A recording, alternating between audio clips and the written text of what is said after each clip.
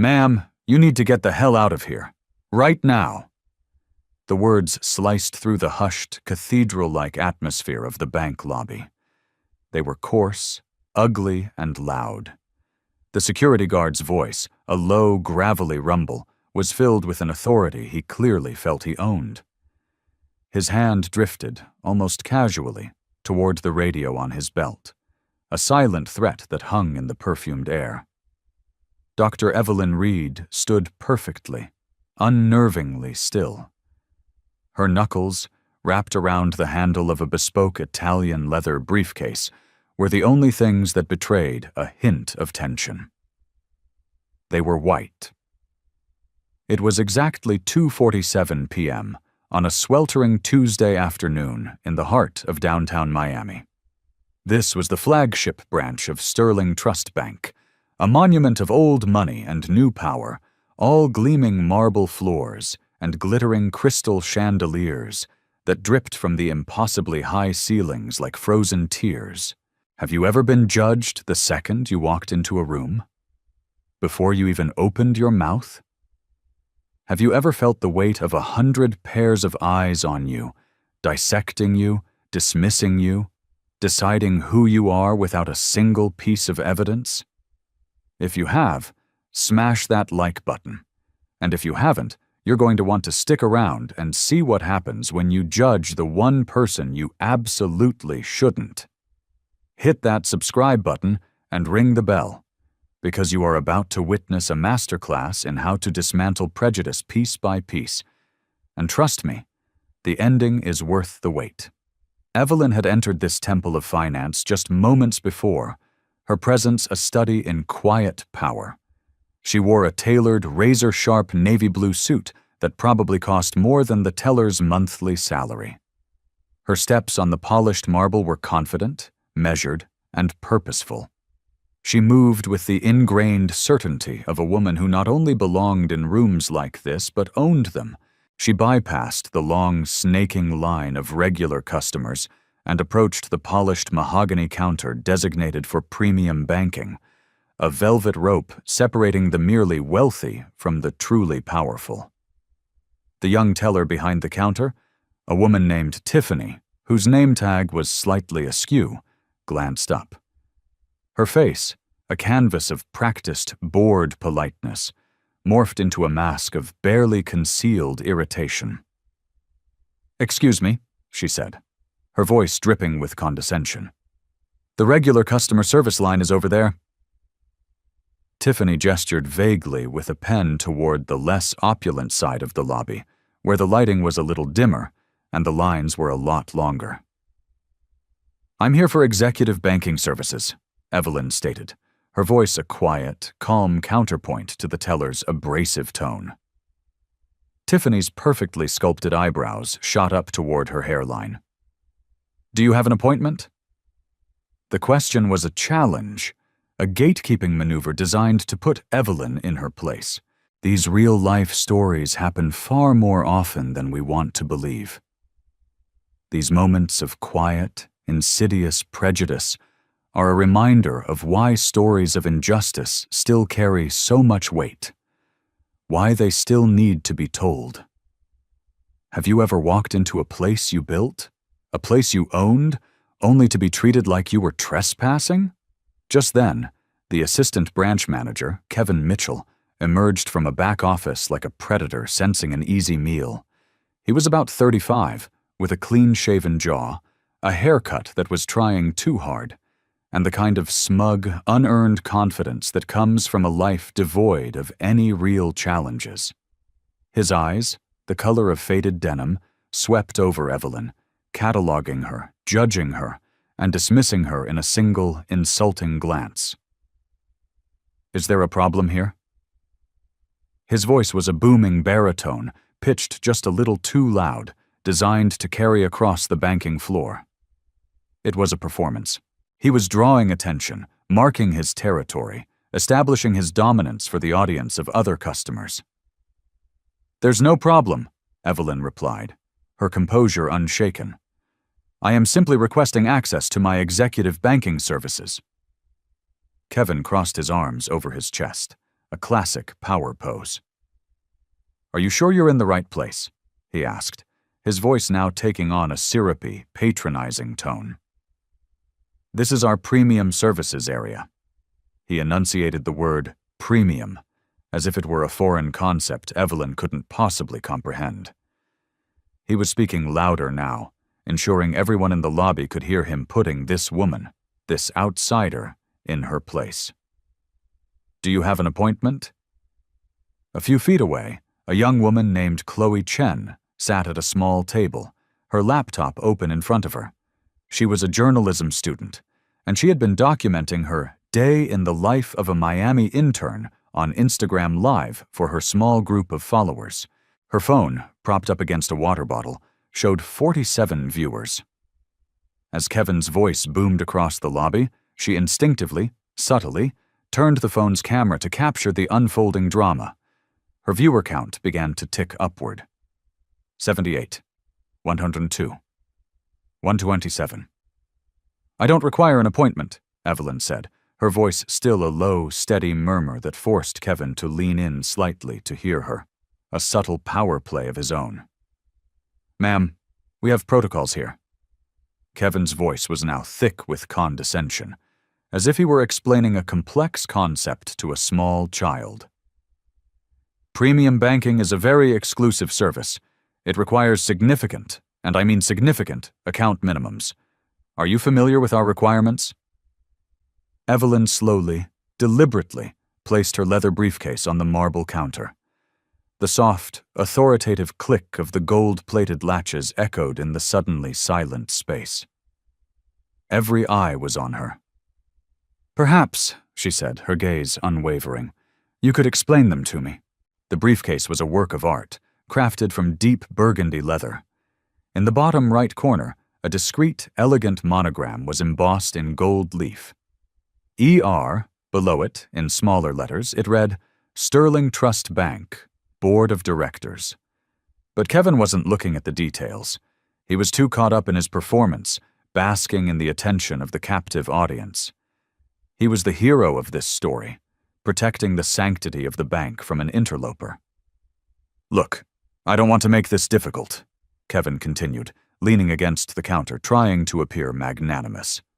"But our executive banking starts at a $1 million asset minimum. We also require extensive, and I mean extensive, documentation of all income sources." He paused for dramatic effect, letting his next words land with the force of an accusation. "Legitimate income sources."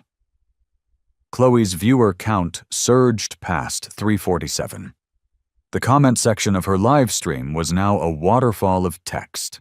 "OMG, is this for real? Someone needs to record this properly. This is 2025, not 1955. What is wrong with this guy? Is he seriously implying her money isn't legit?" "Wow." Evelyn glanced down at her phone. The screen glowed with a series of missed calls. General Counsel, Chief of Staff, Board Secretary. The time read 2:52 p.m. "The board meeting is scheduled to begin in exactly 43 minutes, Mr. Mitchell," she said quietly, her voice devoid of any emotion. Kevin frowned, momentarily thrown off his rhythm. "What board meeting? What are you talking about?" "Never mind." Evelyn's voice remained impossibly steady. "About those protocols you were so keen on explaining." "Right." Kevin straightened up, clearly enjoying his moment in the spotlight. He was the expert, the authority. "We need to verify identity, income, and, of course, the legitimate business purpose of your transactions. We have to be very careful. Some people," he said, looking pointedly at Evelyn, "try to use our high-level services for questionable activities." Just then, the regional manager, Brenda Kane, materialized beside Kevin. She was in her late 40s, with sharp eyes and a sharper suit, and she had clearly been summoned from the back and briefed on the situation. "What seems to be the issue here?" Brenda's tone was clipped and efficient, suggesting she already had a narrative formed in her mind and was just looking for confirmation. "This woman," Kevin explained, puffing out his chest slightly, is demanding executive services but refuses to provide proper documentation. I was just explaining our security requirements to her." Brenda nodded, a flicker of approval in her eyes. "Of course, we have to be vigilant about suspicious activity. The federal regulators are very strict about the Know Your Customer requirements." She said the last part as if it were a sacred text. Evelyn opened her wallet to retrieve her driver's license. As she did, a flash of metallic black caught the light. An American Express Centurion card, the legendary Black Card, was visible for just a fraction of a second before she plucked out her ID and slid it across the cool marble surface. "Here is my identification," she said. Brenda barely glanced at it. "We'll also need to see proof of funds, current employment verification, and a detailed, written explanation of your business with Sterling Trust." Peeking out from Evelyn's briefcase was the corner of a parking validation ticket. The lettering was small but clear. VIP Executive Garage, Level P1. Only board members and C-suite executives had access to that level.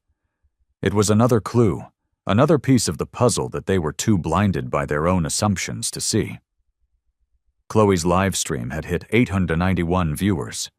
The comments were becoming a torrent of outrage. "This is straight-up discrimination, plain and simple. Someone call the news! What bank is this? They need to be exposed." Sterling Trust fail. "I understand you have your procedures," Evelyn said, her patience seemingly infinite. "But I am simply trying to access services at my own bank." "Your bank?" Kevin let out a short, derisive laugh. "Ma'am, with all due respect, this is Sterling Trust Bank. We have been serving the financial elite of Miami for over 75 years. "Yes," Evelyn replied, a ghost of a smile playing on her lips. "I am intimately aware of its history." Brenda stepped closer, her posture becoming more aggressive. "Look, we're trying to be accommodating here, but you're being deliberately evasive. If you cannot or will not provide the proper documentation, we will have to ask you to leave." Suddenly, the large video screen behind the teller counter flickered to life. The face of District Manager Robert Hayes filled the monitor, patched in from the regional headquarters downtown. He looked annoyed, his tie slightly loosened. "What's the situation down there?" Hayes demanded, his voice tinny and distorted through the speakers. "We have an individual requesting executive services without proper credentials," Brenda reported, her voice now filled with a sense of self-importance. "She's being uncooperative and evasive." Hayes nodded grimly from the screen. His image was 10 feet tall, a digital god passing judgment from on high. "Our security protocols are crystal clear on this. If a person cannot verify their legitimate business need, they need to be removed from the premises, no exceptions." As if on cue, 2 uniformed security guards, who had been watching from a distance, began to move, positioning themselves near the main exits. Their presence shifted the atmosphere from uncomfortable to menacing. An elderly woman, Mrs. Gable, who had been watching the entire exchange with growing alarm from a plush armchair, finally spoke up. "Young man," she called out to Kevin, her voice frail but clear, "perhaps you should check your records before you make such damaging assumptions." Kevin shot her an irritated glance and ignored her completely. His focus was on the stage, on his performance, on demonstrating his unwavering authority in the face of this challenge. "Ma'am," he said, turning his full attention back to Evelyn, "you have exactly 5 minutes to provide the documentation I have requested. If you fail to do so, we will have security escort you from the premises." Evelyn's phone buzzed with an incoming text message. She glanced at it, her expression unreadable. Then her thumbs moved with blurring speed across the screen. She typed a short, cryptic response. Code red. Execute immediately. 5 minutes, she repeated, a thoughtful, almost curious tone in her voice. That should be more than sufficient. What would you do in this situation? How would you feel with everyone staring, with security guards moving in, with your character and your very presence being called into question? Would you scream? Would you break down? Or would you do what she did? Let me know your honest reaction in the comments below, and I promise you, what happens next is a climax you will not believe. Chloe's viewer count rocketed past 1,247. Someone had posted the link to a popular local news forum, and it was spreading like wildfire across social media. The hashtag #StorcherSterling was beginning to trend in the Miami area. The tension in the marble lobby was thick enough to choke on. Other customers had abandoned their own transactions, turning to watch the drama unfold. Some looked deeply uncomfortable, others were clearly entertained, their phones held up discreetly to record their own footage. Through it all, Evelyn stood as still as a statue, a beacon of calm in a sea of escalating hostility. Her briefcase was positioned precisely on the counter. Her breathing was slow and controlled. Her posture was relaxed, yet powerful. She checked her phone again. 2:58 p.m. "Mr. Mitchell," she said quietly, her voice cutting through the tension. "You might want to take a look at your employee handbook. I believe it's page 47, section 3. Kevin's smug expression faltered, a crack in the facade. "What about it?" "The section on customer service standards," Evelyn replied smoothly, "particularly the part about treating all customers, regardless of appearance, with dignity and respect."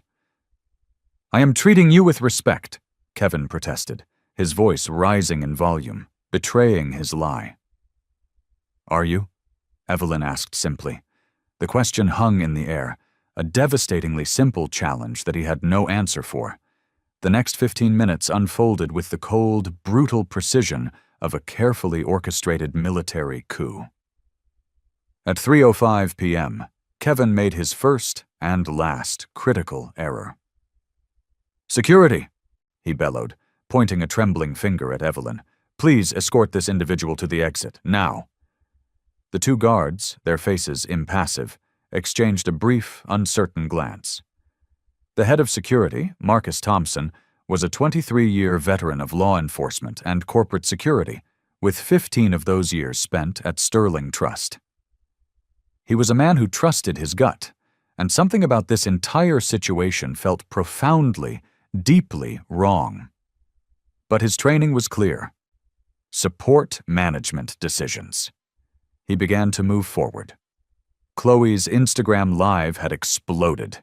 2,147 viewers. The comments were scrolling past too fast for anyone to read. "This is insane! Someone find out who she is! Check the briefcase! That's a board member briefcase! Why isn't anyone helping her? This is disgusting!" Mrs. Gable struggled to her feet. At 78, she had been banking with Sterling Trust for over 4 decades. Her late husband had been one of the original members of the board of directors.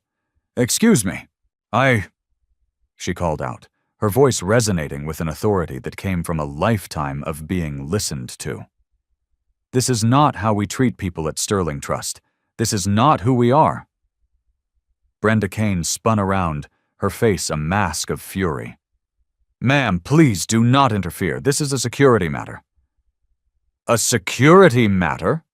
Mrs. Gable's voice was laced with disbelief and contempt.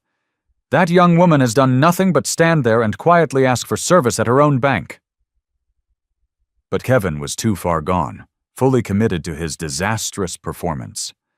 The audience of customers, his staff, and his bosses on the video screen fed his conviction. He was the protector of the bank's sacred protocols. "Mrs. Gable, I appreciate your concern, but we have procedures for a reason." He turned back to Evelyn, his face set like stone. "Ma'am, I am going to count to 10. If you have not produced the proper documentation by the time I reach 10, security will physically remove you." Evelyn slowly, gracefully, opened her briefcase. The soft leather hinges made no sound, but every single eye in the lobby tracked the movement. Inside, the contents were organized with military precision: neatly bound documents, a sleek tablet computer, and a series of high-level access cards. She withdrew a single business card and placed it gently on the marble counter. Kevin glanced at it and scoffed dismissively. Anyone can have business cards printed up. The card was thick, expensive cardstock, with embossed lettering. It read, Dr. Evelyn Reed, Chief Executive Officer, Sterling Trust Bank. Brenda leaned over to get a better look. Her face, which had been flushed with righteous authority, instantly went pale. The blood drained from it so quickly she looked like a ghost.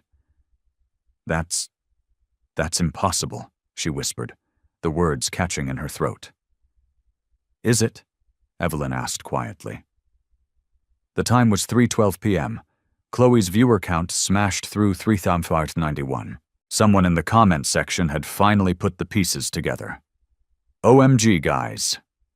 Google Dr. Evelyn Reed, Sterling Trust Bank. She's the actual CEO? Holy crap! They are literally kicking out their own boss. This is about to get so real. Record everything. Marcus Thompson, the security chief, took another step closer.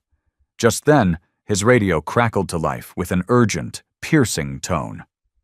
All security units, report to the front desk. Priority 1. All units, priority 1. The voice on the other end was sharp, female, and filled with panic. It belonged to Ellen Rodriguez, the chief of staff, calling from the executive floor 47 stories directly above them. Marcus keyed his radio. Thompson here. I'm in the main lobby. The situation is with a... He paused. Is Dr. Reed present in the lobby? Ellen's voice cut through the static, sharp as a razor blade. Marcus truly looked at Evelyn for the very first time. He saw the composed posture, the impossibly expensive suit, the custom briefcase, the flash of the Centurion card he'd glimpsed in her wallet, the VIP parking pass he now remembered seeing. It all clicked into place with a sickening thud. Yes, ma'am, he said into his radio, his own voice now strained. She's here.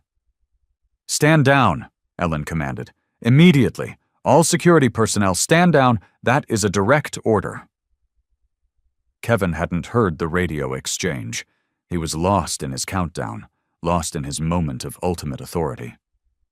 7, 6, 5. Robert Hayes' face still filled the video monitor, a grim, disembodied head. Proceed with removal if necessary, he instructed from the safety of his regional office miles away. We cannot appear to be weak on our security protocols. Mrs. Gable moved closer, her hand clutching her pearls. Young man, you are making the most terrible mistake of your entire life.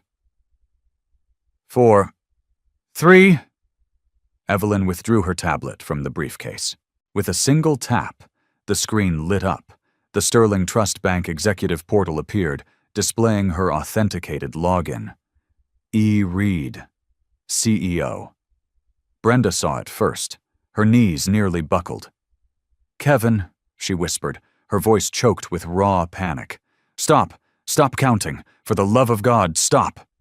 2. Kevin. Brenda's voice cracked, a shriek of pure terror, but he was too committed. He had gone too far to back down now. His audience was watching. His authority, his very identity at this bank, was on the line. 1. Mr. Mitchell, Evelyn said, her voice as calm as a frozen lake. I strongly suggest you look at this screen. The tablet displayed her executive dashboard, real-time bank performance metrics, upcoming board meeting schedules, sensitive regulatory compliance reports. Her fully authenticated CEO access credentials were displayed in the top left corner, clear as day. The lobby fell into a deafening silence.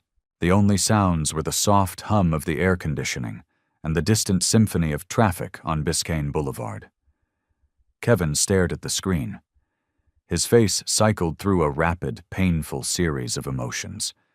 Confusion, disbelief, dawning recognition, and finally, abject, soul-crushing horror. Chloe's live stream had crested 4,156 viewers. The comments were a blur of pure pandemonium. "She is the CEO! She is the CEO! They are so beyond fired! This is the best thing I have ever seen on the internet. Someone screen record this for the lawsuit." At 3:18 p.m., as if summoned by the climax of the drama, 3 people in dark, severe business suits entered through the main glass doors. They moved with the quiet, predatory efficiency of a team of lawyers arriving at a crime scene. Ellen Rodriguez, the chief of staff, led the group. Flanking her were General Counsel Maria Santos and Compliance Director James Wright. The cavalry had arrived. Marcus Thompson immediately recognized Ellen. His hand instinctively moved to his radio, but she gave him a slight, almost imperceptible shake of her head. This situation was far beyond radio protocol now. "Dr. Reed," Ellen said, her voice clear and carrying across the vast marble expanse. "I apologize for the delay. We've moved the board meeting to the main executive conference room to accommodate." Kevin opened his mouth to speak, then closed it again. No words came out. He just made a small, choking sound.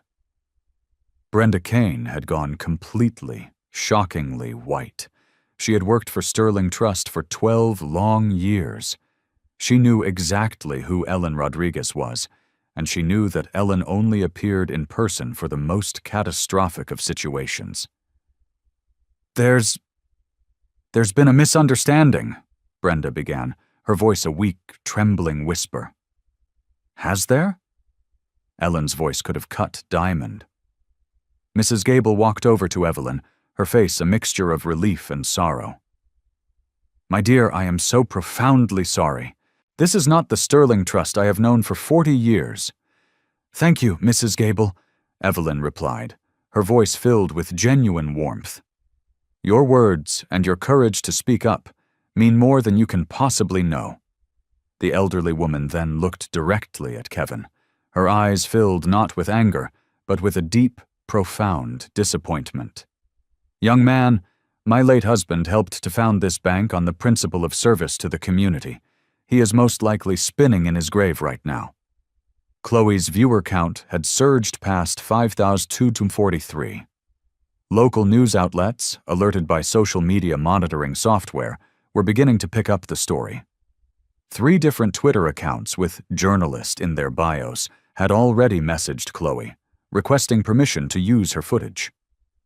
Robert Hayes was still on the video monitor, but his confident, authoritative demeanor had completely evaporated.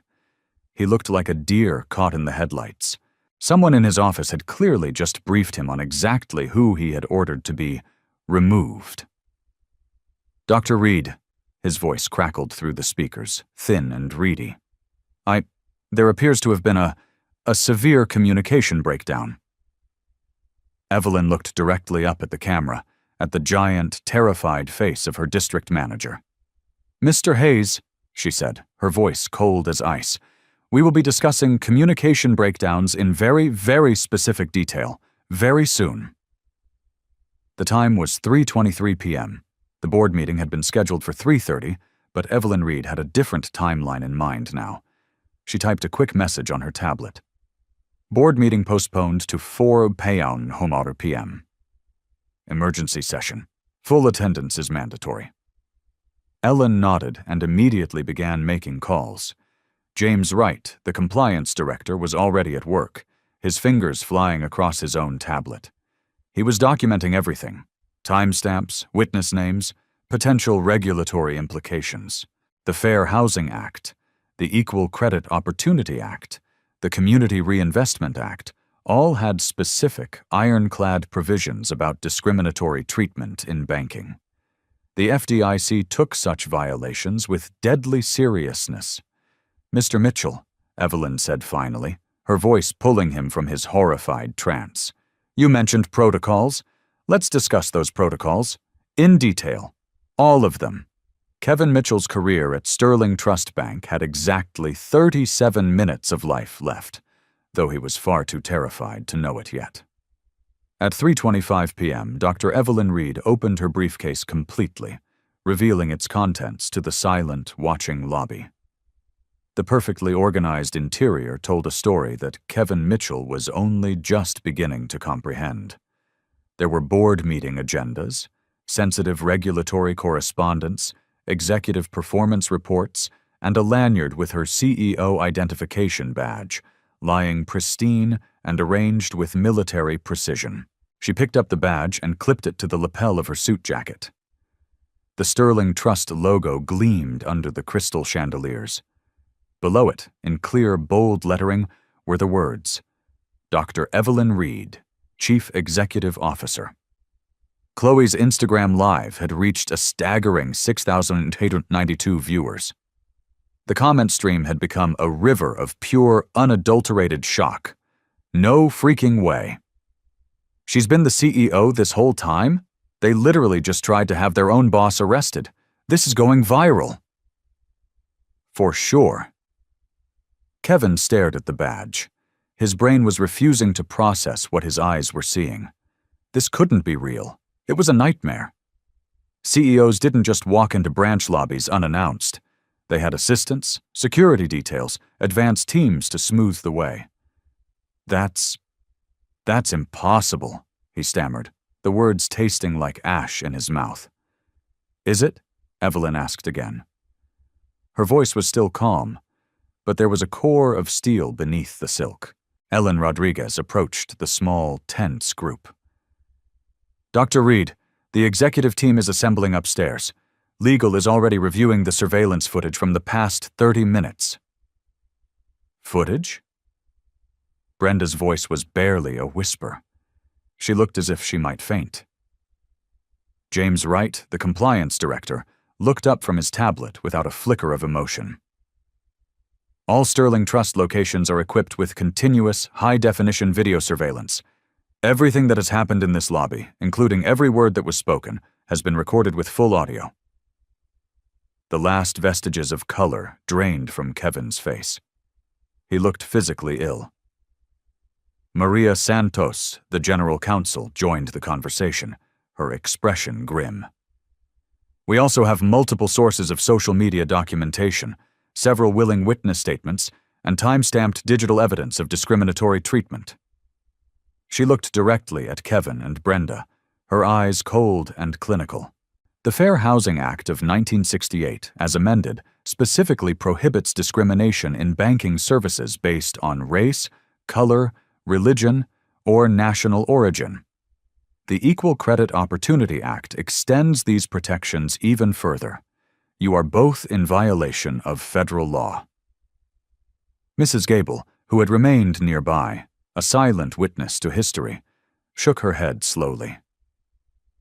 In my 40 years with this bank, I have never ever seen anything so disgraceful. Marcus Thompson, the head of security, approached Evelyn directly, his face etched with shame. Dr. Reed, on behalf of my team, I want to apologize. If I had recognized you immediately. Mr. Thompson, Evelyn interrupted him, her tone gentle but firm. You were following the instructions of your supervisors. This incident isn't about recognition. It's about how we treat all our customers, especially the ones we don't recognize. Robert Hayes's voice crackled again through the video monitor speakers, desperate now. Dr. Reed, there has clearly been a terrible misunderstanding. Perhaps this is a matter we could handle internally, away from the public eye. Mr. Hayes, Evelyn's voice cut through his pathetic attempt at damage control like a surgeon's scalpel. We will be discussing your central role in this situation. I suggest you spend the next few minutes reviewing the video footage of your own instructions to proceed with removal if necessary. The line from the regional office went silent. Kevin finally found his voice, a weak, pleading croak. I had no idea, ma'am. Dr. Reed, I swear I was just following our protocols. No, Mr. Mitchell, Evelyn corrected him, her tone still measured, but her words carrying the devastating precision of a sniper's bullet. You weren't following protocols. You were following assumptions. You were following your own prejudice. Tell me, what specific protocol requires you to publicly question a customer's legitimate business need based on their appearance. Kevin opened his mouth, then closed it.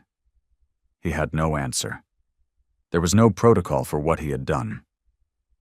What policy, she continued, relentless, allows you to demand proof of legitimate income sources from someone requesting basic, available banking services?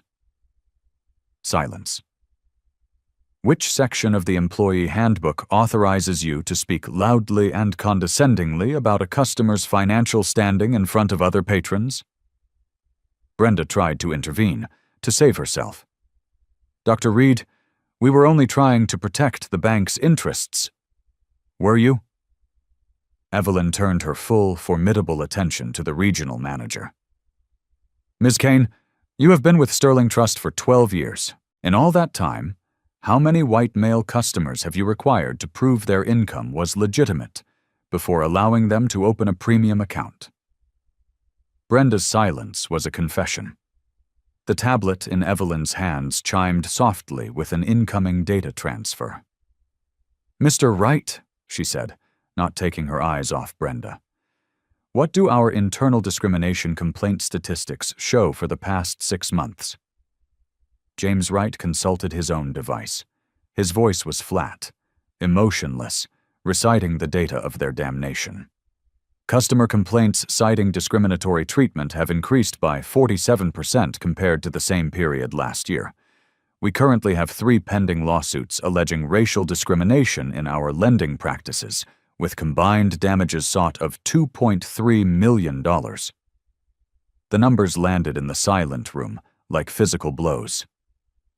And our Community Reinvestment Act rating? Evelyn continued, her voice pressing on. Under formal review by the FDIC, Wright replied. They have already noted significant areas of concern regarding equitable service delivery to all segments of the community. Chloe's viewer count had crossed 8,000. Someone had shared the stream link on Twitter, where Funcer Sterling Trust Fail was now trending nationally.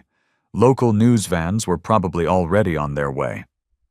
Ellen Rodriguez's phone was buzzing incessantly with urgent messages from their PR firm. Dr. Reed, Channel 7 News is on the line requesting an official statement. The Miami Herald wants an interview. Our social media mentions are spiking across all platforms and are overwhelmingly negative. At 3:32 p.m., Evelyn Reed made a decision that would not just save her bank, but would reshape its future. Ms. Rodriguez, please contact all members of the board. The emergency session is confirmed for 4:15 p.m. Full attendance is required, in person or via secure video link. She paused, her eyes sweeping across the marble lobby that had, in the space of less than an hour, become a crime scene. And contact our crisis management team. Tell them we have a Category 5 situation. We're going to need them. She turned to Maria Santos, the general counsel. What is our total legal exposure here? Significant, the lawyer replied without hesitation. We're facing federal civil rights violations, potential class action liability, and severe regulatory sanctions. The FDIC could impose penalties ranging from crippling fines to operational restrictions, or even suspension of our banking charter. The stock market wouldn't open until the next morning, but after-hours trading would begin soon. Sterling Trust's share price was about to plummet off a cliff. Mr. Thompson, Evelyn addressed the security chief, please escort Mr. Mitchell and Ms. Kane to the executive floor. They will be participating in the board meeting. Kevin's legs nearly gave out from under him. The board meeting? Yes, Mr. Mitchell, Evelyn said, reading his terrified expression. You wanted to discuss protocols. We're going to discuss them, in exhaustive detail. All of them. Mrs. Gable approached Evelyn one final time, placing a gentle, trembling hand on her arm. My dear, I have seen a lot of changes in my long years, but watching you handle this ugly situation with such strength and grace, your parents raised you right. Thank you, Mrs. Roosevelt. That means everything to me. The elderly woman looked at Kevin with a deep, sad disappointment. Young man, you had a chance today to serve someone truly remarkable. Instead, you chose to judge her. That isn't just poor customer service, it's a profound poverty of character. At 3:37 p.m., Chloe ended her Instagram Live. Her final viewer count was 9,847. The footage had already been screen recorded by hundreds of viewers and was spreading like a virus across TikTok, Twitter, and YouTube. Before leaving, she approached Evelyn, her face a mixture of awe and apology.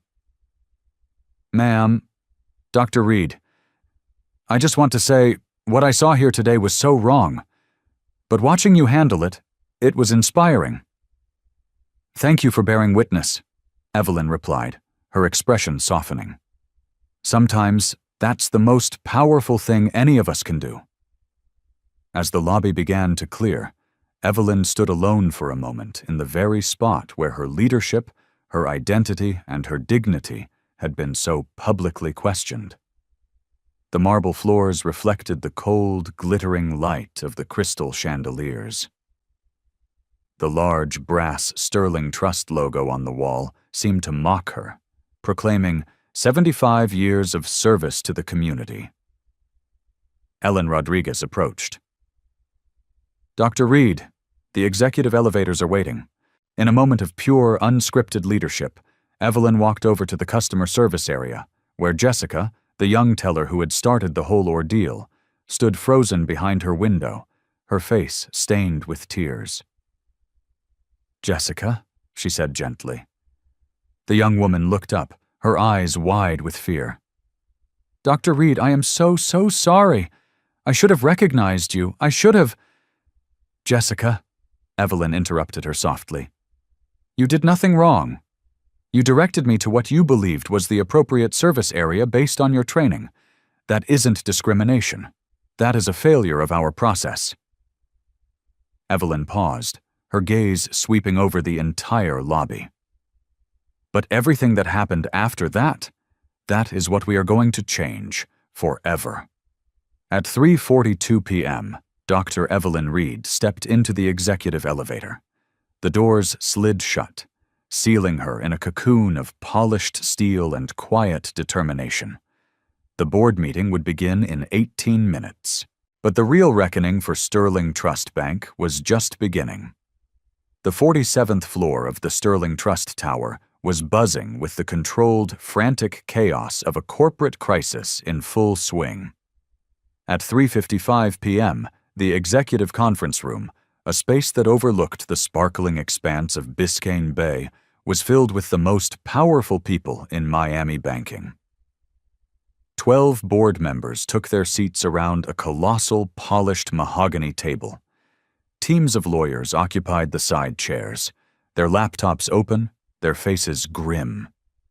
The HR director, Margaret Foster, sat beside Chief Compliance Officer James Wright, both of them reviewing documents with a chilling efficiency. Dr. Evelyn Reed entered at exactly 4:00 p.m. She was followed by Kevin Mitchell and Brenda Kane, who looked like they were walking to their own executions. Marcus Thompson had escorted them upstairs in what was surely the most uncomfortable elevator ride of their lives. Neither of them had spoken a single word. Board Chairman David Sterling, a 68-year-old titan of the industry who had served Sterling Trust for 32 years, called the emergency session to order. He had never in his long career convened a meeting under circumstances this dire. "Ladies and gentlemen," he began, his voice carrying the heavy weight of impending catastrophe. "We are here today to address a serious and deeply disturbing incident that occurred in our flagship branch approximately 1 hour ago. Dr. Reed will brief us on the situation." Evelyn activated the room's massive presentation system. The first slide that appeared on the 10-foot screen was not a mission statement or a financial report. It was a live feed of real-time social media analytics. Instagram Live viewers, 9,247, peak concurrent. Twitter mentions of Cork Sterling, trust fail, 47,000 plus in under 2 hours. Facebook shares of incident footage, 12,000 and climbing. YouTube uploads of screen recordings, 23 on different channels. The numbers speak for themselves. she began, her voice calm and steady. What began as a failure in customer service has metastasized into a public relations nightmare and a significant legal liability. Catherine Liu, a board member who headed the Risk Management Committee, leaned forward, her face taut with concern. What exactly happened? The main screen switched from the social media data to the crisp, clear security footage from the bank lobby. Timestamp: 2:47 p.m. The room watched in stunned, horrified silence as the entire, ugly event unfolded. They saw Evelyn's unshakable calm, Kevin's escalating aggression, Brenda's supportive discrimination, and the exact moment when the phones of other customers began to come out and record. When the footage ended, the conference room remained utterly silent for a full 30 seconds. "Jesus Christ," whispered board member Robert Chen, his face pale. "The legal implications are severe," Maria Santos, the general counsel, began her grim analysis. "We have clear, undeniable, multi-angle documentation of discriminatory treatment in violation of multiple federal statutes." She displayed a new slide, a comprehensive legal breakdown that made several board members physically flinch. Federal violations: Fair Housing Act of 1968, as amended, Equal Credit Opportunity Act of 1974, Community Reinvestment Act of 1977. Potential penalties: FDIC fines, $50,000 to $500,000 per violation. Civil lawsuits, unlimited damages, regulatory sanctions, operating restrictions or license suspension. Current financial exposure: existing discrimination lawsuits, $2,300,000 in claimed damages. New potential class action, $15, $50 million, estimated exposure. Crisis management costs, $300,000, $400,000 for immediate response. Stock price, impact, projected 8 to 12% decline at market open. Jennifer Walsh, who chaired the audit committee, turned her icy gaze directly on Kevin. "Mr. Mitchell, can you please attempt to explain your actions?" Kevin stood up, his body trembling.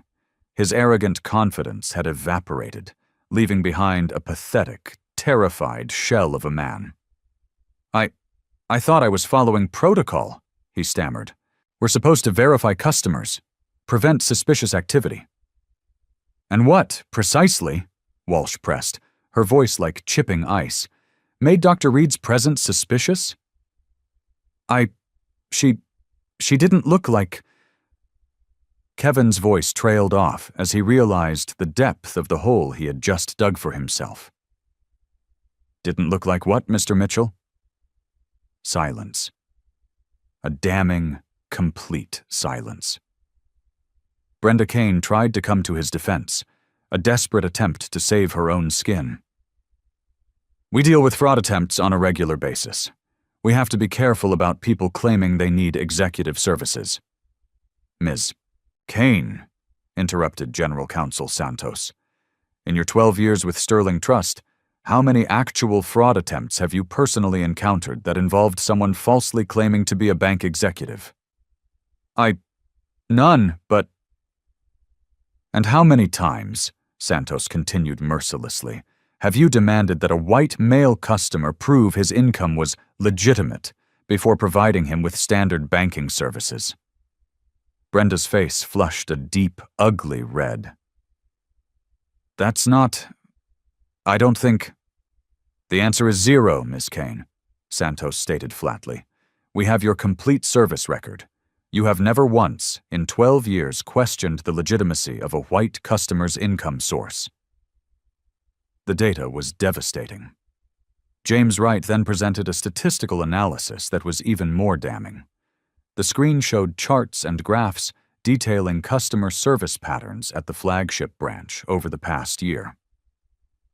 Average service time, white customers. 4. 2 minutes, average service time, black customers. 12.7 minutes, requests for additional documentation, white customers.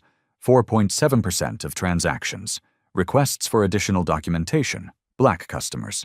38.2% of transactions. Security called for disruptive behavior. All races. 11 incidents in 12 months. Security called for suspicious activity. Black customers.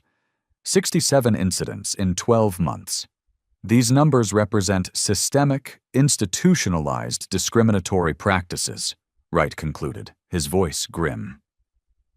Not isolated incidents. Thomas Anderson, a board member and a former federal prosecutor, leaned back in his chair, his expression hard as granite. This isn't just about today's incident. This is about a rotten, deeply ingrained institutional culture. Chairman Sterling finally addressed the room, his voice heavy. The question before this board is simple. How do we respond? Evelyn stood and walked to the presentation screen. We have 3 options, she began, her voice commanding the attention of everyone in the room. Each has vastly different consequences. Option 1, minimize and cover.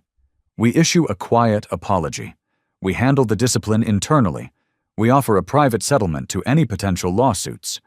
We hope the social media attention fades away and continue our current practices with only minor, superficial adjustments. This option might protect the short-term stock price, but I guarantee you it ensures long-term catastrophe. The federal regulators are already reviewing our CRA compliance. Minimizing this incident would confirm their worst suspicions and invite a full-scale federal investigation. She paused, letting the severity of that sink in. Option 2. Partial reform. We publicly terminate the involved employees. We implement some basic, off-the-shelf sensitivity training. We have regional management issue a public apology and make some minor policy adjustments. This option satisfies the immediate public pressure, but it does absolutely nothing to address the systemic issues. We'd be sitting in this exact same room, facing this exact same crisis, within a matter of months. She took a deep breath. Option 3. Complete transformation. We initiate a comprehensive top-to-bottom policy overhaul. We implement a new industry-leading bias awareness and de-escalation training program for every single employee. We launch a major community investment initiative targeted at the communities we have failed. We hire a third-party compliance firm to monitor our progress and hold us publicly accountable. We tie executive compensation directly to diversity, inclusion, and equitable service metrics. This option, Evelyn admitted, is expensive, disruptive, and difficult. But it is the only path to legitimate, long-term stability and restoring the integrity of this institution. Lisa Martinez, a board member with a background in community banking, raised her hand. What are the financial implications of Option 3? CFO Ronald Park, who had been furiously crunching numbers, consulted his projections. Initial implementation costs would be approximately $2.4 million over 6 months.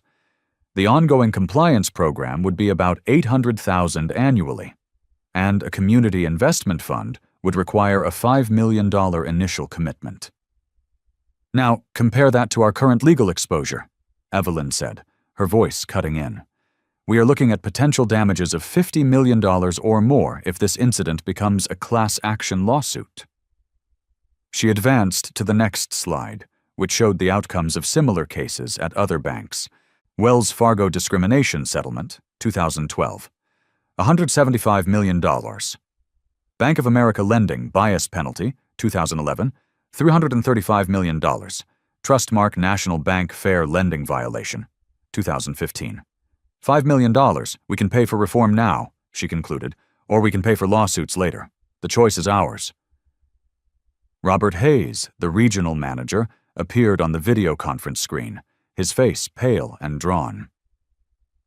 Mr. Hayes, Chairman Sterling addressed him coldly. You instructed branch personnel to proceed with removing Dr. Reed from the premises. Explain yourself. Hayes shifted uncomfortably in his chair. I was supporting our managers on the ground based on their assessment of the situation. I didn't have all the complete information. You had a live video feed, Robert, Evelyn interrupted, her voice sharp. You could see exactly what was happening. You chose to escalate rather than de-escalate." The room fell silent as the implications of that statement sank in. The discrimination wasn't just at the branch level. It was actively supported by regional management. Margaret Foster, the HR director, presented her official recommendations. Immediate terminations. Kevin Mitchell. Gross discriminatory conduct. Violation of customer service standards. Brenda Kane. Supporting discriminatory conduct. Gross failure of management oversight. Robert Hayes. Actively escalating a discriminatory incident. Dereliction of duty. Disciplinary actions. Marcus Thompson. Official security warning for delayed recognition of a C-suite executive. Remedial de-escalation training required. No further disciplinary action. Board member Catherine Liu asked the critical question. "Dr. Reed, what is your personal recommendation?" Evelyn looked around the table at the faces of Sterling Trust's leadership. Some looked concerned, others were calculating financial risk, but a few looked genuinely, deeply ashamed. "Ladies and gentlemen," she said, her voice resonating with moral authority, "we are not just making a business decision today. We are defining who Sterling Trust Bank will be for the next 75 years. She paused, letting the weight of that history settle upon the room. "I recommend option 3, complete, total, and transparent transformation. We will become the undisputed industry leader in equitable banking, or we will accept that discrimination is part of our business model. There is no middle ground." The vote was unanimous, 12-0 in favor of comprehensive reform. At 5:23 p.m., Kevin Mitchell's employment with Sterling Trust Bank officially, unceremoniously ended. Brenda Kane and Robert Hayes followed within the hour. But for Dr. Evelyn Reed, the real work was just beginning.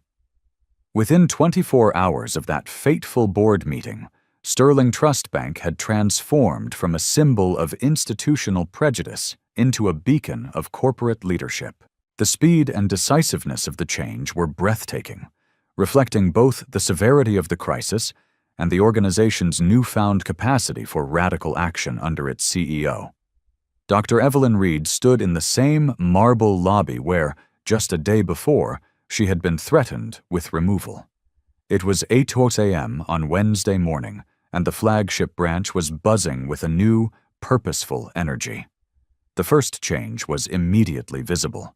A diverse team of compliance officers and training specialists moved throughout the customer service area, observing interactions and offering real-time coaching. Each wore a discreet badge that read, "Customer Service Advocate." Margaret Foster, the HR director, addressed the assembled branch staff, her tone leaving no room for misunderstanding. Every single Sterling Trust employee, from the mailroom to the boardroom, will complete 40 hours of intensive bias awareness and de-escalation training within the next 30 days. This is not a punishment. This is our new standard of professional development. At midnight, the Sterling Equity app had launched. It was an anonymous reporting system that allowed both customers and employees to document and report instances of discriminatory or inequitable treatment in real time. Every report was routed directly to Dr. Reed's office, the legal department, and the new third-party compliance monitor. "Transparency builds trust," explained James Wright, showing the app's features to a crowd of gathered journalists. "Now our customers can report their concerns to us immediately, and we can respond within hours, not months." Chloe Chen had returned to the bank, but this time she was not an accidental witness. She was an invited guest. Local and national media outlets were eager for her first-hand account of Tuesday's events. "What impressed me most," she told a Channel 7 news reporter, her voice confident, "wasn't just how Dr. Reed handled the discrimination against her personally. It was how she immediately pivoted and turned a disgusting crisis into a catalyst for positive, systemic change." That's real leadership. The Community Investment Fund had already grown far beyond the initial $5 million commitment. After the board meeting, several board members had quietly contributed personal funds, bringing the total to over $12 million earmarked for low-interest loans for minority-owned businesses and financial literacy programs in underserved communities. Mrs. Gable sat in the executive customer area, having a personal meeting with Evelyn. At 78, she had witnessed decades of social change, but she had rarely seen a powerful institution transform itself so rapidly and so completely. "My dear," she said, her eyes shining, "in 40 years of banking here, I have never been prouder to be a Sterling Trust customer. You have honored your name and your position more beautifully than I can say." The statistical changes were already measurable and astounding. James Wright presented the morning's data, comparing Tuesday's performance metrics with Wednesday's. Average customer service time, equalized at 5.1 minutes across all demographic groups. Additional documentation requests, down 73% for all customers. Customer satisfaction scores, up 89% from the previous week's average. Employee confidence ratings, up 45% following the emergency all-hands meeting and new training announcements. The new policies, now called the Sterling Trust Equity Standards, went far beyond federal requirements. They included quarterly bias audits by independent third parties, publicly reported customer service time metrics, and executive compensation directly tied to achieving diversity and inclusion goals. Kevin Mitchell had spent Tuesday night in his apartment, watching with a sick feeling in his stomach as news coverage of his termination played on a loop. Local stations had licensed Chloe's Instagram footage, and his angry, condescending face was being analyzed on multiple platforms as the poster child for corporate prejudice. Wednesday morning brought an unexpected phone call from Dr. Reed's office. "Mr. Mitchell," Ellen Rodriguez's voice was professional but not unkind. "Dr. Reed would like to offer you an opportunity for personal growth." The opportunity was enrollment in a comprehensive 6-month diversity and bias education program, fully funded by Sterling Trust. It included intensive training, one-on-one counseling, and a community service requirement, with guaranteed job placement assistance at a nonprofit organization upon successful completion. "This isn't about punishment, Kevin," Evelyn explained when they met in her office that afternoon. "It's about transformation. You have a choice. You can learn from this horrific experience, or you can allow it to define you negatively for the rest of your life." Humbled and broken, Kevin accepted the program. His first assignment was volunteering at a financial literacy workshop in one of Miami's poorest neighborhoods, helping families understand banking services without judgment or assumption. Brenda Kane received a similar offer, though her pride and anger led her to decline it. Her 12-year career at Sterling Trust ended with a standard termination package and a public record that would follow her for years. Robert Hayes faced the harshest professional consequences. His senior regional position was eliminated, and his behavior during the crisis became a what not to do case study in management training programs across the entire banking industry. The FDIC investigation concluded within an unprecedented 2 weeks. Instead of levying penalties, the agency issued a public commendation for Sterling Trust's rapid, transparent, and comprehensive reforms. Their Community Reinvestment Act rating improved from needs improvement to satisfactory within 60 days. The stock price impact was surprisingly minimal. The initial after-hours trading showed a 3.2% decline, but by Friday morning, as investors recognized the effectiveness of the crisis management and the long-term value of the reforms, the shares had fully recovered and even gained 1.7%. Jessica, the young teller, flourished under the new system. Her natural empathy, now properly channeled through training and supported by new policies, made her the branch's top-rated customer service representative. Marcus Thompson, the security chief, worked with Dr. Reed to implement new security protocols that emphasized de-escalation and cultural sensitivity. His 23 years of experience, combined with this enhanced training, made him a model for security professionals throughout the industry. The 3 pending discrimination lawsuits were settled within 6 weeks. The plaintiffs praised Sterling Trust's transformative response, and their attorneys publicly commended the organization's sincere commitment to change.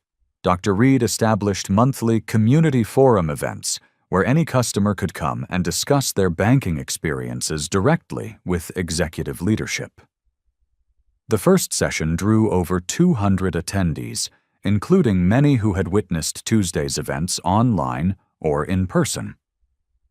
"Change doesn't happen in boardrooms," she told the gathered community members. "It happens in lobbies.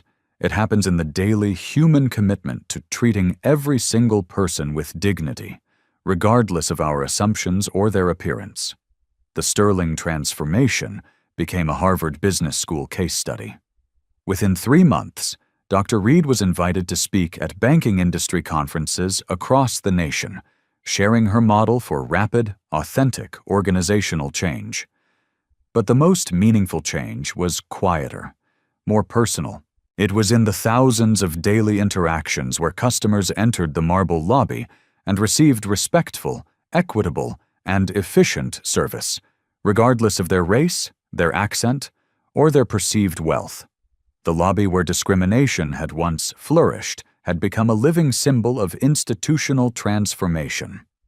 6 months later, Dr. Evelyn Reed stood before the American Bankers Association's annual conference in Miami. The grand ballroom held over 3,000 banking executives from across the nation. Her presentation title was simple: From Crisis to Culture, Leading Institutional Change in Real Time. The Sterling Trust transformation had become legendary in banking circles, not just for its speed, but for its profound authenticity. Other major institutions were already implementing similar programs, creating a ripple effect of positive change across the entire financial industry. "Leadership isn't about avoiding mistakes," she told the assembled executives, her voice ringing with conviction. "It's about how we respond when our core values are tested in the public square." The statistics she presented spoke volumes. Sterling Trust 6-month results. Customer satisfaction, up 127% across all demographic groups. New account openings increased 89% in underserved communities. Employee retention improved 76% following the culture change. Community investment, $28 million deployed in minority business loans. Industry recognition, awarded Banking Excellence in Diversity by 3 separate professional organizations. Chloe Chen had parlayed her accidental citizen journalism into a burgeoning career as a social justice reporter. Her Instagram account, now followed by over 847,000 people, continued to highlight stories of both discrimination and positive change. She had interviewed Dr. Reed multiple times, and she always ended with the same question: "What would you tell someone who is facing discrimination today?" Evelyn's answer was always the same: document everything, find your voice, and remember that silence enables injustice, but speaking your truth, even when your voice shakes, has the power to create monumental change. Mrs. Gable had become Sterling Trust's unofficial community ambassador. At 79, she attended every community forum, sharing the story of the bank's transformation with her neighbors and friends. "I've seen a lot of history in my day," she often said, "but watching one person's courage change an entire institution from the inside out, well, that's something truly special." Bradley Mitchell completed his diversity education program and found fulfilling employment with a community development organization. His humiliating experience at Sterling Trust had become the unlikely catalyst for profound personal growth. "I learned that good intentions don't excuse harmful actions," he said in a video testimonial for the program. "Dr. Reed showed me that true leadership means acknowledging your mistakes and then working tirelessly to prevent others from ever making them." The transformation extended far beyond Sterling Trust. Within a year, federal banking regulators had adopted Sterling's bias audit standards as a new industry best practice.